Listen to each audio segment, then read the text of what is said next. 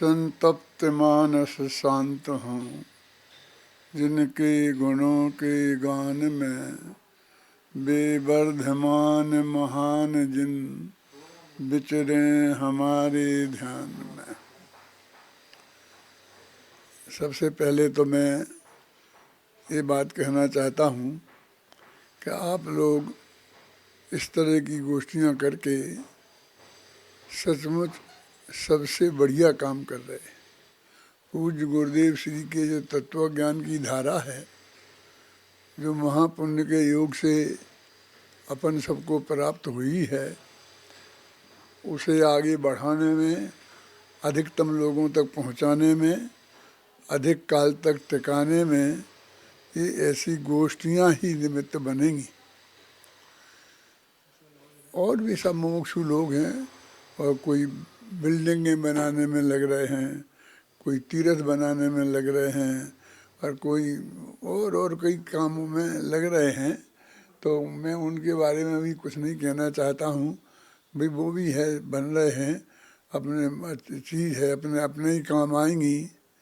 बना देंगे जगह तो हॉल बना देंगे तो अपन प्रवचन करेंगे, उसमें गोष्ठियाँ करेंगे।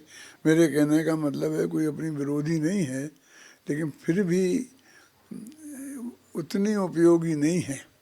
और ख़ासकर अपने आत्मकल्याण की दृष्टि से जिन्हें इसमें लगना है, जो विद्वान बने हैं, जो इस लाइन में आए हैं, जिनने इस तत्व को गहराई से समझा है अथवा समझना चाहते हैं, वो लोग इसी काम में लगें।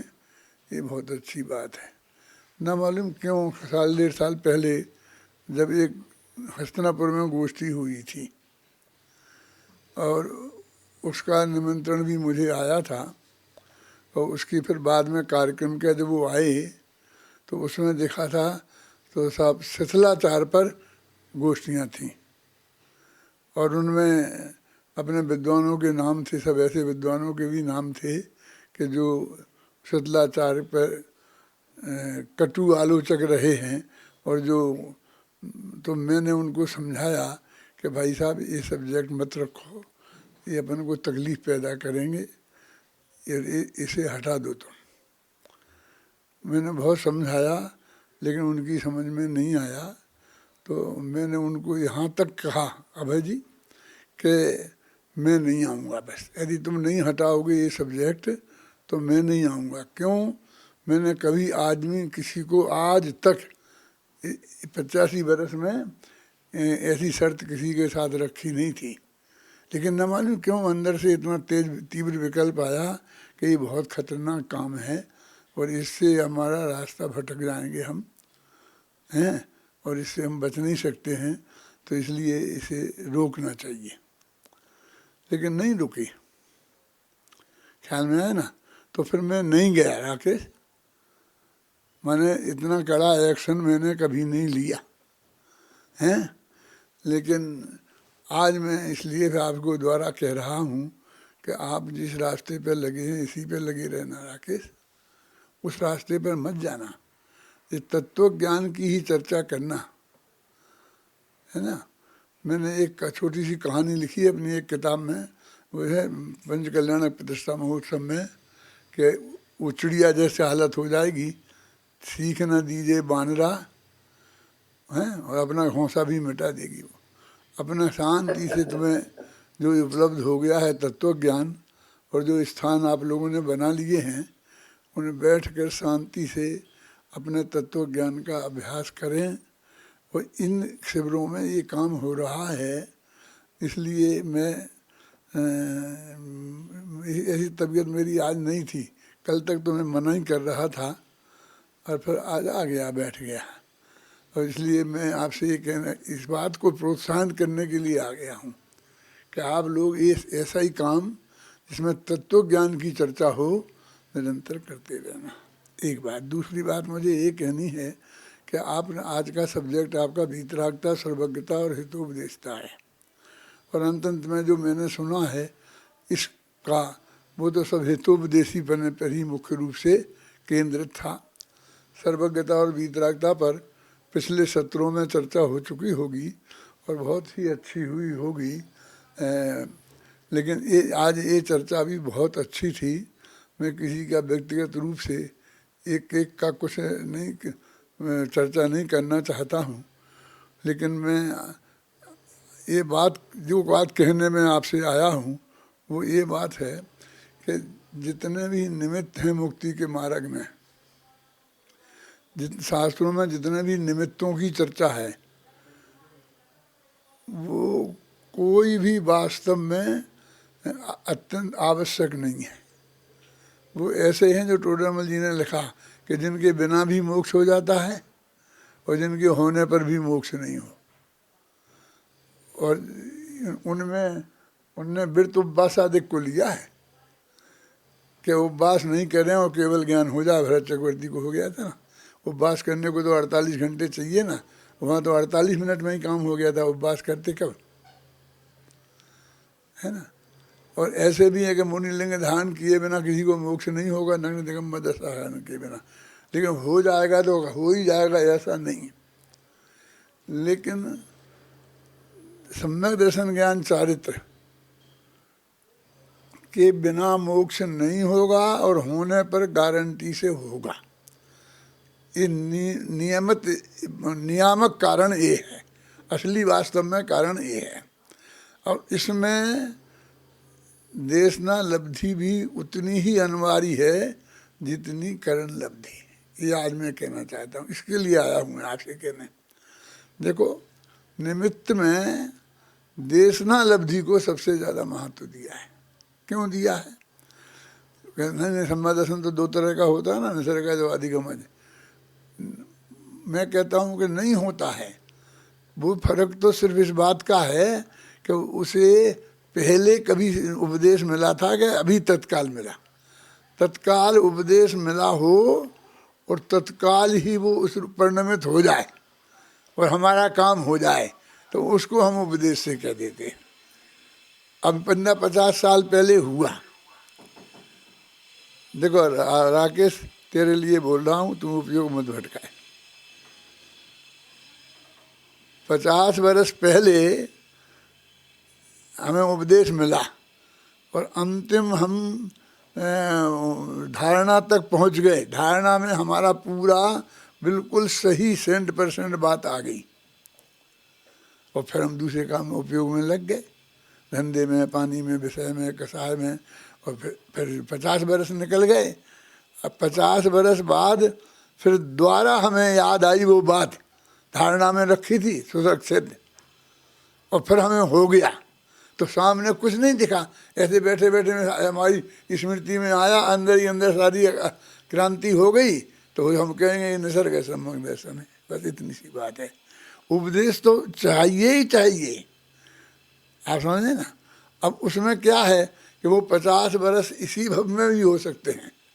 50 बरस पहले मैंने सुना हो इसी भव में, और फिर 50 वर्ष तक उलझ गया हूँ, और फिर 50 वर्ष बाद याद आए तो उसे हम स्मृति कहेंगे, याद आ गई।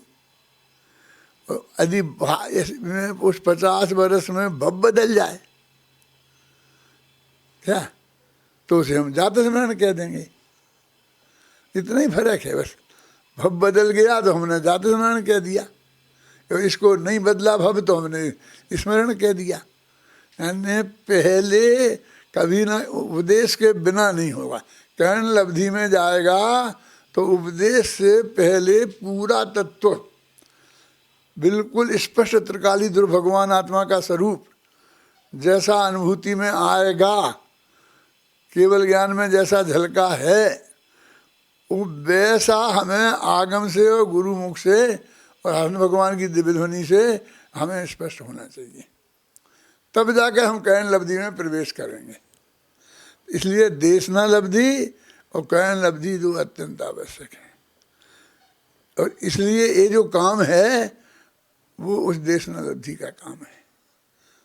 इसलिए मैं इसको सर्वाधिक महत्वपूर्ण मानता हूँ। भाग्य की बात है कि पूज्य गुरुदेव श्री के इस मिशन में सहज ही मुझे एक काम मिला और मैं मन लगाकर इसमें पूरी तरह से अपने को मैंने समर्पित कर दिया। और और आज आप लोग पूरी तरह उसमें समर्पित हैं, तो ये काम बहुत ही अच्छा है। मैं लौकिक दृष्टि से भी, जो लोग मेरे से बहुत कहते थे और अभी कहते थे कि यदि आप वकील होते तो सफल हो जाते, डॉक्टर होते तो ऐसा हो जाता, राजनीति में होते तो प्रधानमंत्री बन जाते। मैं सच में कहता हूँ अपने हृदय से आप लोगों के सामने कि मैं जो हूँ और जो बना हूँ उसमें बहुत तृप्त हूँ, संतुष्ट हूँ। मुझे कुछ भी इससे बढ़िया कुछ और बन जाता, इसके दिमाग में मेरे कल्पना भी नहीं आती है। एक दफ़ा मैंने कहा था, लोगों को अटपटा लगता है कि आज यदि मेरे को राष्ट्रपति पद का भी ऑफर आए तो मैं उसे ठुकरा दूंगा। आपको लगता है भाई कैसी बात करते हो, असंभव बात कर रहे हो, और अपनों को इतना महान बनाने की बात नहीं। ये वस्तु जो अपन को प्राप्त हुई है वो कितनी महिमावंत है, ये बताने के लिए मैं आपसे कह रहा हूँ। आपको मुझे अपना परिचय देने की क्या ज़रूरत है?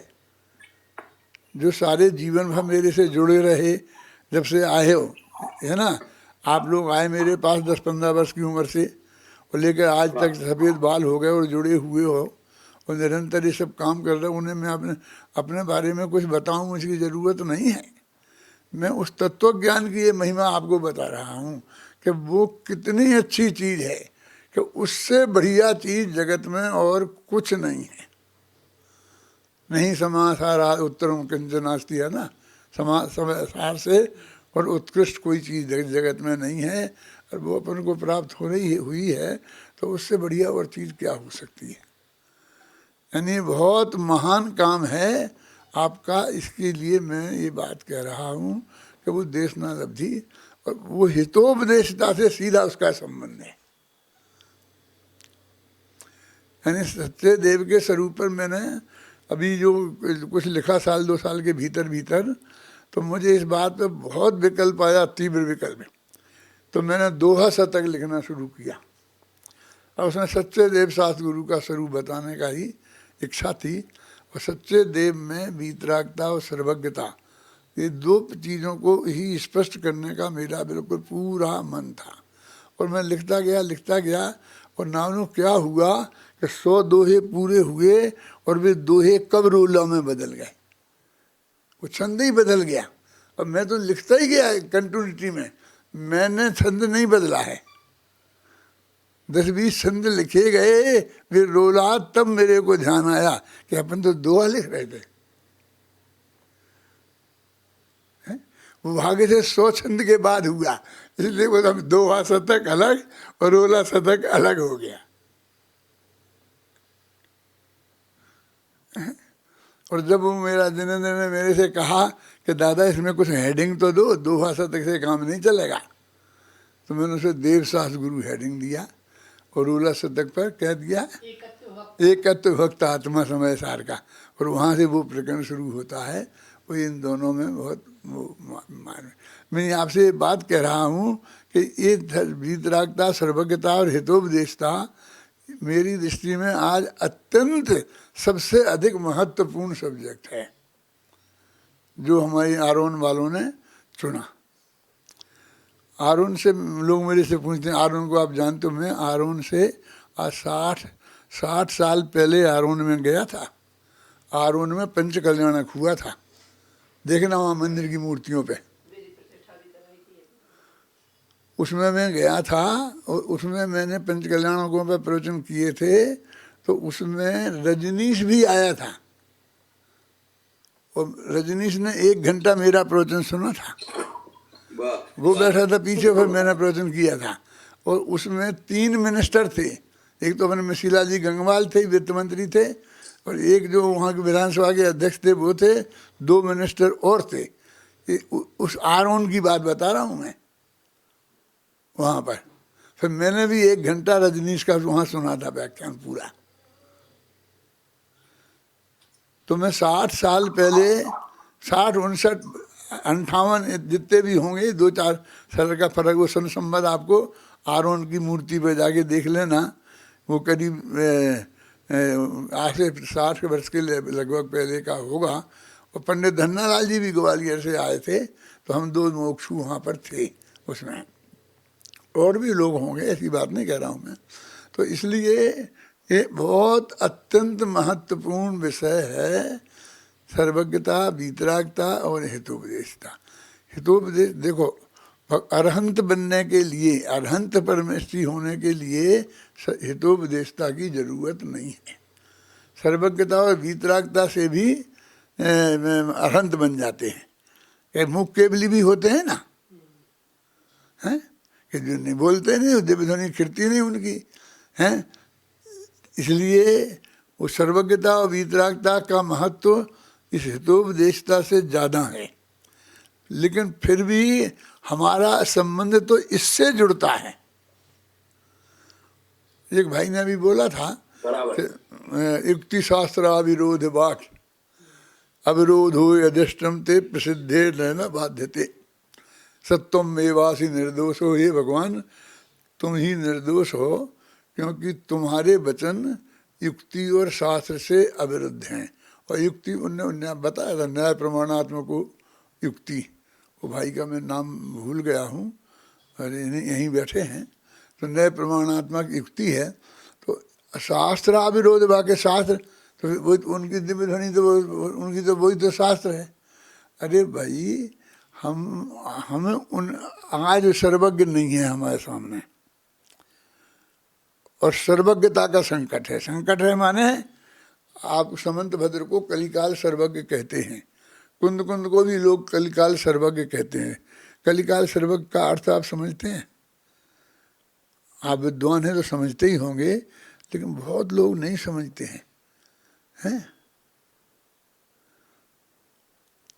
कुछ तो लोग जब मेरा ऑपरेशन होने वाला था, मैं बहुत बीमार था, मेरे पास आए थे और उन्होंने कहा कि हमें अभी केवल ज्ञान है ये बताने के लिए। और 15 दिन ठहरे मेरे पास, लेकिन मैं चर्चा करने की पोजीशन में नहीं था और मैंने इनकार कर दिया कि इस विषय पे मैं चर्चा नहीं कर सकता। केवल ज्ञान अभी है हमें, इस पे मैं बात नहीं कर सकता। मैं नहीं करना चाहता हूँ, विषय पे भी बात नहीं करना चाहता हूँ, और मेरी अभी शक्ति भी नहीं है बात करने की। तो वो सर्वज्ञता जो ये है, उसका कलिकाल सर्वज्ञ का मतलब ये है कि कलिकाल में लोग सर्वज्ञ की सत्ता नहीं मानते थे। सर्वज्ञ की सत्ता संकट में पड़ गई थी, माने उसका अस्तित्व से लोग इनकार करने लग गए थे। ऐसा कैसे हो सकता है, सब बातें जान ले। तो समंत भद्र ने सर्वज्ञ की सत्ता सिद्ध की, इसलिए वे कलिकाल सर्वज्ञ हैं। कुंद कुंद कलिकाल सर्वज्ञ क्यों हैं? क्योंकि प्रवचन सार में उनने इसमें सर्वज्ञता का स्वरूप समझाया ज्ञानाधिकार में, इसलिए वे सर्वज्ञ हैं ऐसा नहीं है इसका अर्थ है। ये कलिका हम लोग गए मूड़ बद्री और रत्नों की प्रतिमा के दर्शन उन्हें करने थे, किनको? समंत भद्र को। लेकिन फिर वो जाने वाले थे, तो उनने उनसे कहा कि साहब हमें रत्नों की प्रतिमा के दर्शन करना है। तो उन्होंने कहा कि नहीं, ये तो साहब टाइम पे खुलता है, ये 10 बजे बाद आना, और तब खुलेगा, तब आप दर्शन कर लेना। उन्हें क्या कह रहे, तुम किससे कह रहे बात? समंत भद्र का मैंने पढ़ा है कहीं, तुम किससे बात कर रहे हो? जिसने इस कलिकाल में सर्वज्ञ की सत्ता सिद्ध की, उसकी मूर्ति के दर्शन करने के लिए समय पे आना पड़ेगा। मुझे नहीं करना है, मैं जाता हूं, चले बिना किए लौट गए वे। क्या कि जिसने इस कलयुग में सर्वज्ञ की सत्ता सिद्ध की, तो आज मैं कहता हूं सर्वज्ञ की सत्ता आज फिर संकट में है। सर्वज्ञ का स्वरूप समझना बहुत जरूरी है। उस सर्वज्ञ का स्वरूप जब ख्याल में जिसके आ जाएगा, क्रमबद्ध पर्याय उसके ख्याल में आए बिना किसी कीमत पर रहेगी नहीं। क्योंकि सब कुछ नक्की, सब कुछ जान लिया, तो बिना नक्की तो जानेंगे क्या है। और सब कुछ एक एक समय की बात, और उसमें फिर परिवर्तन का कोई गुंजाइश रही नहीं। इसलिए अकर्तावाद भी तभी आएगा कि सब कुछ नक्की है, सुनिश्चित है, और उसमें फेर फार किसी कीमत पर संभव नहीं है। ये बात, इसका सर्वज्ञता से संबंध है क्या सुनील? यदि ये बात नहीं बजती तो सर्वज्ञ को तुमने नहीं समझा। सर्वज्ञ ने जो बात हमें बताई वो बिल्कुल पहले से नक्की थी, और ये भी तो बताई उनने साथ में कि कब कब क्या क्या नक्की है, ये भी तो बताया। किस द्रव्य की कौन सी पर्याय कब क्या होगी। और लोग कहते कहाँ लिखा, कौन से शास्त्र में लिखा? शास्त्र की बात करते हो? मैं तो ऐसा कहता हूँ कि जाओ आंखें बंद करके मंदिर में से, एक अलमारी में से कोई शास्त्र उठाना और ऐसा बिल्कुल बंद करके ऐसा खोलना और मेरे पास लाना, मैं उस पेज पर सर्व किरमद पर्याय लिखी बता दूंगा। अभी 2 मिनट में आपको बताऊं, पूरा प्रथमान योग भविष्य की घोषणाओं से भरा पड़ा है, और उसमें एक भी घोषणा ऐसा नहीं है कि जिसमें परिवर्तन किया जा सका हो, और परिवर्तन किया जा सकता है। कैसे मान सकते आप? प्रथम जो प्रथमान योग पढ़ा है वो सर्वज्ञता को मानेगा। चारों अनुयोगों में है। मैं अभी सारे प्रमाण देने नहीं बैठूंगा, मेरी तो 2-2 किताबें हैं, गद्य में भी पद्य में भी सब हैं। लेकिन मैं आपसे कहता हूँ कि वो बात बहुत दृढ़ता से हमारी समझ में आनी चाहिए। स्वीकृत तो सबको है, अकेला मेरे को संतोष स्वीकृत से नहीं है, स्वीकृति से नहीं है। फिर वो कर्तृत्व का, कर्तापन का जोम कुछ ढीला पड़ना चाहिए ना। क्या मैं क्या कह रहा हूँ समझ में आ रहा? मेरी बात आप तक पहुँच रही होगी। मैं क्या कहना चाहता हूँ कि जो उससे अकर्तापन जो सिद्ध होता है, ये जो अभी उपदेश, क्या मतलब है इस उपदेश का कि भैया भव सुधार लो, समाधि मरण सुधार लो, ये कर लो, अभी ये कर लो। तुम भाव बदल सकते हो जब अगला भव नक्की है। और वहाँ जाने के लिए जैसे कर्म बंधना चाहिए, वैसे कर्म बंधने के लिए जैसे भाव चाहिए, वे भाव भी नक्की है।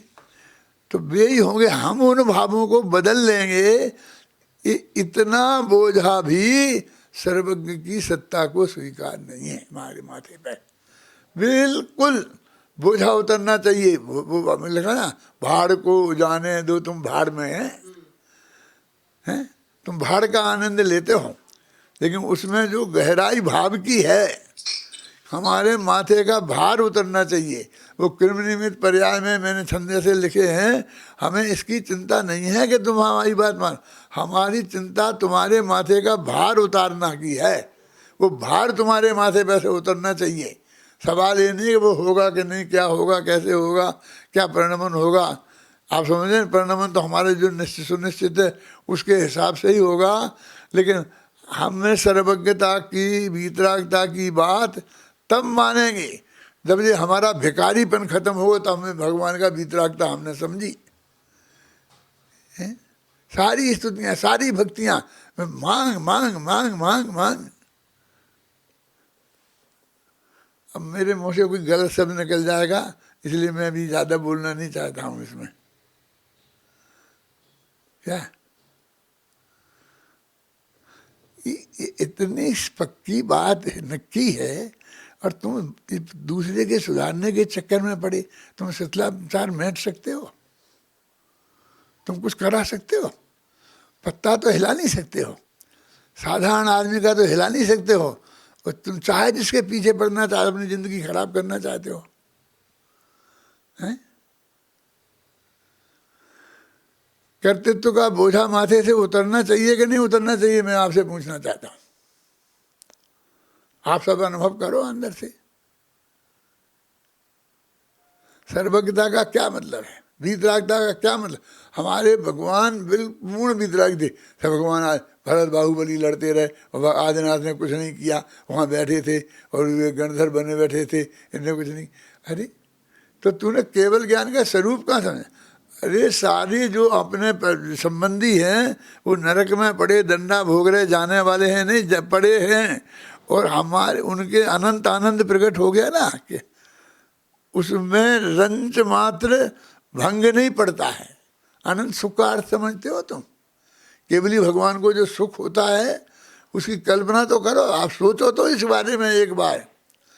कितना भी अनुकूल प्रतिकूल संयोग आ जाए बाबा जी, लेकिन उसमें मैंने ये सब लिखा है, बीच बीच में छंदों में अभी याद नहीं रहते हैं, और मेरा गला भी ऐसा नहीं है मैं बोलूं, इसलिए कि इसमें बहुत क्लियर कि उनके आनंद महोदधि में एक तरंग नहीं उठती है।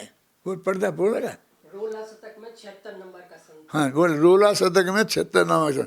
अभी 2 किताबें छपके आ रही हैं, एक तो भरत का अंतर्द्वंद और एक दूसरी किताब है सप्त शतक, मेरे 7 शतक, 100 छंदों की 7 रचनाएं हैं, और उसमें कुछ 7 और फुटकर रचनाएं हैं। ऐसी दो किताबें, और ये 1 महीना के भीतर भीतर छपके आ जाएंगी। हमारी तरफ से प्रिंट ऑर्डर दे दिया गया है, वो प्रेस वाला जब छाप देगा तब की बात है। एक बात की मैं आप लोगों से अपील करना चाहता हूँ, यदि कर सको। मैं बाहुबली वाली, भरत बाहुबली वाली किताब पर देखो, मैं नाम भी भूल जाता हूँ अपनी किताब का, मैं कितनी प्रिय है मुझे। वो अंतर्द्वंद वाली किताब के ऊपर ऐसा फोटो देना चाहता हूँ कि भरत और बाहुबली लड़ते हुए नहीं, मल्ल युद्ध का नहीं, नेत्र युद्ध का नहीं, जल युद्ध का नहीं, वो जो ऐसे फोटो हैं वो नहीं देना चाहता। बाहुबली आ गए हैं अखाड़े में लड़ने के लिए तैयार होके, और भरत वैसे ही आ गए जैसे राज दरबार में आते थे। और वहाँ भरत कहते भैया मेरे तेरे को से नहीं लड़ना है, मुझे कोई लड़ने की बात नहीं है, और तू तो जीत गया, तू तो जीत ही जाएगा, 3 युद्ध मैंने मान लिए हैं, मैं जानता था पहले ही कि तू मेरे से लंबा है और तेरे बलिष्ठ है, तू जीत जाएगा, कोई पहली दफ़े थोड़ी, कई दफ़े तो अपन लड़े हैं। इसलिए मैं अपनी हार स्वीकार करता हूँ, और तुम ये चक्रवर्तित्व संभाल। और मेरे को गुरुदेव भगवान के प्रवचन सुनने का लाभ नहीं मिला है, इसलिए मैं जाके अब लाभ लूँगा। और वो कहते भाई साहब कैसी बात नहीं करते हो, 96,000 शादियाँ करके आ गए, मेरी सारी भाभियाँ मेरी माता जैसी हैं, उनका क्या होगा बताओ मुझे। 6 खंड के राजा, 32,000 मुकुटबद्ध राजा तुम्हारे सामने उस लिए आए कि तुमने प्लानिंग बताई कि मैं देश का कल्याण किस तरह करूँगा, गांव-गांव में बांध बनवाऊँगा, सड़कें बनवाऊँगा, और उसके वे तुम्हारे साथ आए हैं, मेरे साथ थोड़ी आए हैं, तुमको ही संभालना पड़ेगा। और मैं वो आपस में गले मिले, उसमें मैंने एक पंक्ति लिखी, क्या लिखी? उनके मिलने का अनोखा था अंदाज, इसका मैं चित्र बनवाना चाहता हूँ। मुझे कोई नहीं मिल रहा, कैसे मिलेगा? बस छंद बोले, 2-3 छंद बोलो। हाँ क्या दोनों? हाँ वह चक्र रत्न आ गया पुनः श्री भरत राज के हाथ, अनुज भुजबली खड़े थे पास, जुड़े थे उनके दोनों हाथ, दोनों बंधु हो गए, उपस्थित था संपूर्ण समाज, गले से गले मिले थे बंधु, अनोखा था उनका अंदाज। ये चित्र चाहिए मुझे। आप लोगों के पास कोई चित्रकार हो, और इस पे कौन से छंद से कौन से छंद है? 23 7वें अध्याय में 23वें छंद से 36वें छंद तक का प्रकरण है, उसे पढ़वाना चित्रकार को, और उससे वो ये बनाए मुझे, किसी भी कीमत में मुझे वो चाहिए। कोई मिल नहीं रहा है, बना जो कोई करे, मैं वो चित्र देना चाहता हूँ। ये लड़ाइयों का चित्र नहीं देना चाहता हूँ। दोनों भाइयों में कैसा वात्सल्य भाव था, इसका चित्र देना चाहता हूँ। और दूसरा जो किताब है उस पर मैं क्या देना चाहता हूँ मालूम? वीतरागता का चित्र देना चाहता हूँ। उसमें ना कोई राग झलके, ना द्वेष झलके, ना आनंद जो है ना, अनंत आनंद, अनंत करुणा के दृश्य देख करके भी उनमें तरंग नहीं आए, कोई भाव ही नहीं हो, ऐसा चित्र देना चाहता हूँ। उस दूसरी किताब है, किसका नाम क्या है, सप्त शतक। मुझे 2 चित्र बनवाने हैं।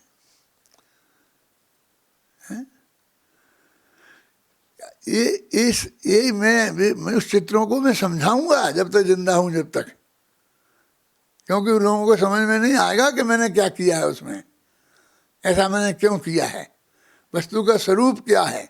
तो आज सर्वज्ञता और वीतरागता और हितोपदेशता, ये तीनों की इतनी अधिक महिमा है हितोपदेशता की, इसलिए कि भगवान अरहंत से हमारा जो संबंध जुड़ा है वो तो हितोपदेशता की वजह से जुड़ा है, और वो अत्यंत आवश्यक है हमारे आत्मकल्याण के लिए। देखो अरहंत भगवान मतलब अपने जो सच्चे देव कौन है कि जो सर्वज्ञ हो, जो सर्वज्ञता की बात आ गई, वो वीतरागी हो। वीतरागी का मतलब अप्रभावित रहकर जान सके, वो जानकर अप्रभावित रह सके। कोई सारा जगत हर बात जान रहा है, अच्छे से बुरे बुरे बुरे हर बात जान रहा है, और रंज मात्र भी प्रभाव नहीं है। इसका चित्र कैसे बने, बोलो सुनील। सब बात जानने में आ रही, अच्छी बुरी सब, और दुनिया में क्या नहीं है बोलो। बुरे से बुरे 7 नरक भी हैं और स्वर्ग भी हैं, सब हैं। फिर भी उनके आनंद में रंच मात्र फर्क नहीं। इसका नाम है वीतरागता। वो वीतरागता का चित्र चाहिए, बोलो क्या चाहिए, कैसे। अब क्या वीतरागता तो बना देंगे, पत्थर की मूर्ति तो वीतरागी। अरे सर्वज्ञ चाहिए साथ में, वो सर्वज्ञ भी है और फिर वीतरागी है, समझे। अब दिव्य ध्वनि कैसे खिली, कैसे खिरती है, कैसे आई, उस चक्कर में मैं ज़्यादा नहीं बढ़ना चाहता हूँ। मैं तो ये कहता हूँ कि वो हमको देशना लब्धि अत्यंत अनिवार्य है, चाहे तो भगवान अनंत भगवान के समोषण से हमको वो देशना मिले, और चाहे वो शास्त्रों में वही बात तो लिखी है ना, प्रथमानुयोग सबसे बढ़िया क्रमबद्ध पर्याय की पेज पेज पर घोषणा, सब कुछ नक्की है। ये प्रथमान योग से यही तो आता है, सारा समाज प्रथमान योग पढ़ता है और इस महान सत्य की तरफ किसी का ध्यान ही नहीं जाता है। शास्त्र में वही बातें हैं, और गुरु हमको वही तो समझाते हैं। वो कहते हैं ना, कौन सा वो एक दो बताए ना, एक प्रवचन सार में लिखा ना कि जनवाणी कौन सी है, कौन सी बोलते उसे, त्रिकाल बोधक, नित्य बोधक। हाँ, नित्य बोधक, मैं वो कहते भूल जाता हूँ, नित्य बोधक, और गुरु सामने तत्काल बोधक। तो शास्त्र और गुरु का कितना महत्व है। और गुरु नग्न दिगंबर जो हैं 6वें 7वें गुणस्थान में झूलने वाले, वे तो परम वीतरागी हैं ही। मैंने उनकी बहुत महिमा लिखी है अपने इन छंदों में, जो अभी आप पढ़ेंगे। आप बहुत ये जो है ना भरतेश वैभव में, इनके क्या नाम, भरत के अंतर्द्वंद में 256 छंद भगवान की स्तुति के हैं। अभय जी, और वो सिर्फ सर्वज्ञता वीतरागता पे हरी, और कोई तीसरी क्वालिटी नहीं बताई, ना 8 प्रातिहार, न चारी, न जी, कुछ नहीं। इन दोनों पर इतना निरंतर लिखा जा सकता है, बोला जा सकता है, सोचा कितना गया होगा, सोच लो आप। सच्ची देवसास गुरु के प्रति भक्ति, सर्वज्ञता और वीतरागता के स्वरूप का चिंतन। अरे मेरे चित्त में अभी जो 2 साल से हुआ है, उसकी मैं आपको कुछ बता नहीं सकता, और मैं आप लोगों को ये चाहता हूँ कि आप लोगों को हो गए। तो जहाँ थोड़ा होता दिखता है तो उसकी बहुत अनुमोदना करने का विकल्प मुझे तीव्रता से आता है, क्या है, और नहीं होता है तो प्रेरणा देने का विकल्प आता है, क्योंकि आप तो किनारे पे पहुँच गए हैं, ये सब बातें जानते हैं, ये सब आपने पढ़े हैं, और आपकी पक्की श्रद्धा पूज्य गुरुदेव श्री में है, और उनको बताने वाले तत्वों में है। तो ये एक बहुत महान काम है, बहुत अच्छे काम है, आप सब लोग करें। मैं ज़्यादा नहीं बोल सकता हूँ, मुझे ये बात कहने थी तो मैं यहाँ आ गया हूँ। और अभी मैं सुनूंगा तो सुनता रहूँ। एक प्रश्न पूछ लूं दादा? हाँ, बोलो बोलो बोलो बोलो बोलो। मैं ये बोल रहा, जो बाहुबली इतने प्रेम से दीक्षित हुए थे तो उनको साल क्यों लग गया केवल ज्ञान होने में? हाँ हाँ, बहुत बढ़िया प्रश्न किया। ये देखो कहाँ ये मेरी समझ में नहीं आता ये प्रश्न। ये तुझको बेवकूफ़ नहीं कह रहा हूँ, लेकिन कितनी बेवकूफ़ी का है। क्यों? ऋषभ देव को 1000 वर्ष लग गए हैं क्या, और ऋषभ सेन को अरबों वर्ष लग गए, क्योंकि जिस दिन इनने को केवल ज्ञान हुआ था तो वे गणधर बन गए थे, तो मुनिराज तभी से बन गए ना। और फिर जब ये मोक्ष गए तब केवल ज्ञान हुआ उन्हें। तो एक कोड़ा कोड़ी खा कर कितना 84 लाख पूरब है ना, 1 लाख पूरब तक नहीं हुआ, उसका क्यों प्रश्न नहीं उठाते हो? ये 1 वर्ष में तुम्हारा इतना पेट में दर्द हो गया है ना। और इतना सशक्त कारण विद्यमान है कि लगातार अंतर मुहूर्त तक उपयोग आत्मा में स्थिर नहीं रह पाया, बस खत्म। आत्मा में तो जाते ही थे, 6वें 7वें गुणस्थान में पक्के थे, और ये बिल्कुल पक्का कारण है कि वो उपयोग अंदर में नहीं जा पाया, और जब गया तो हो गया है। आप समझ गए ना। ये तो अब प्रश्न ऐसा हुआ, फिर ये कहा भाई कितने कैसे उत्तर खड़े कर दिए, कैसे कैसे कर दिए।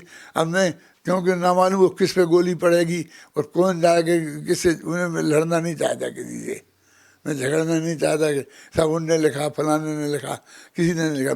मैं कहता हूँ कि मेरे हृदय में यह है।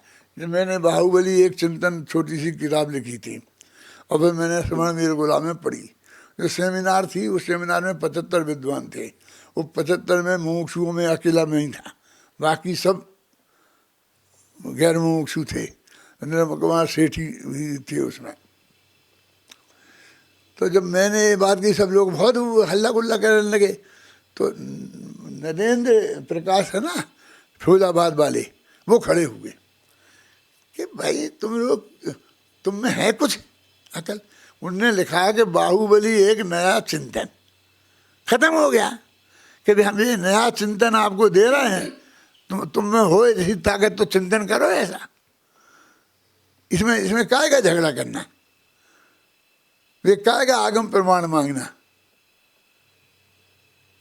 खुद लिख दिया कि ये नया चिंतन है? तो हम तो बाहुबली को और भरत को हमने देखा है, ये हमारे भरत बाहुबली हैं। हमने जिस रूप में देखा है, हमने उस रूप में उन्हें प्रस्तुत किया है, और जिनने किया है बढ़िया है, वो हम कब उसको विरोध कर रहे हैं। हमारे तर्क से, युक्ति से हुकुमचंद तो नहीं दादा? हैं क्या नहीं है? रतनचंद हुकुमचंद तो नहीं है? रतनचंद हुकुमचंद हो तो हो ना। जो भी तुम्हें देखना हो, जो भी तुम्हें देखना हो देखो, लेकिन फैक्ट क्या है वो देखो गहराई से। उस चीज को तुम देखो गहराई से, उसकी सत्यता, तत्व ज्ञान से सत्यता परखो। ख्याल में आई ना। तो इसलिए मैं आपसे कहता हूँ कि इसका विचार नहीं है, गंभीरता से आप सब लोग ये विचार करें, चिंतन करें।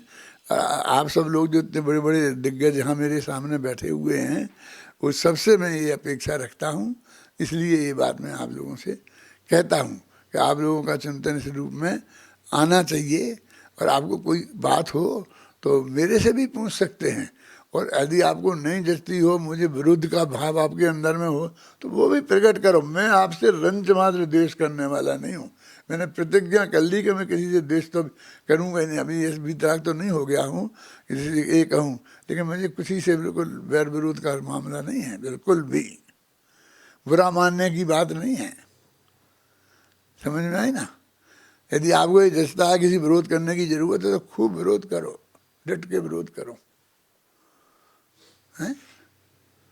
और मेरी ये हृदय के भाव का संतोष भाव सब तक पहुंच रहा है। मुझे खुशी इस बात की है, अपने मुमुक्षुओं में पहुंच रहा, विद्वानों में तो पहुंच ही रहा, विरोधियों में भी पहुंच रहा।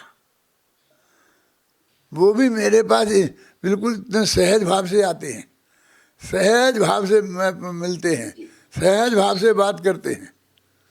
और मैं आपसे बोलता हूँ कि जो मेरी मान्यता है 100% सच्ची, वो ही मैं हर एक से कहता हूँ। रंच मात्र भी उसमें नमक में जहाँ वहाँ नहीं लगाता, तो उसकी वजह से बदलता नहीं हूँ। जो बात है मैं वही बात कहता हूँ, ख्याल में आए ना, दूसरी कोई बात मैं कहता नहीं। और वो मेरे से मिल के जाता है तो जाने के बाद वो अच्छा भाव लेके जाता है, कोई बुरा भाव लेके कोई गया, मुझे ऐसा ख्याल में आता नहीं है। मैं नाम नहीं गिनाना चाहता हूँ, लेकिन नाम भी गिना सकता हूँ। एक नाम बताना चाहता हूँ आपको, निर्मल कुमार सेठी जानते कितने बड़े विरोधी हैं अपने गुरुदेव की और हमारे तुम्हारे सबके, और आज भी हैं, आज भी डांग ठोक के खड़े हैं 24 घंटे अपने विरोध में। लेकिन हम मेरे से तो बहुत उनके अच्छे संबंध हैं, वे भी हैं ना, वो उनके अंदर कहीं दोष मुझे दिखाई देता है मेरे व्यक्तिगत, और ना मेरे अंदर में आता है। बिल्कुल ऐसे एक नहीं कई गिना सकता हूँ। आप लोग बहुत गंभीरता से इस सब्जेक्टों पे काय पे भीतरागता, सर्वज्ञता, अतीन्द्रिय उनका आनंद, आनंद कैसा है, वो निर्विघ्न कैसे है, उसमें कहीं कोई विकल्प की तरंग कैसे नहीं है, वो निर्विकल्पक कैसे है, निर्भार कैसे है, इन सब बातों पर बहुत गंभीरता से विचार करो। और ये बात मैं आप सबसे चाहता हूँ। इतना ही कह करके मैं अपनी बात समाप्त करता हूँ।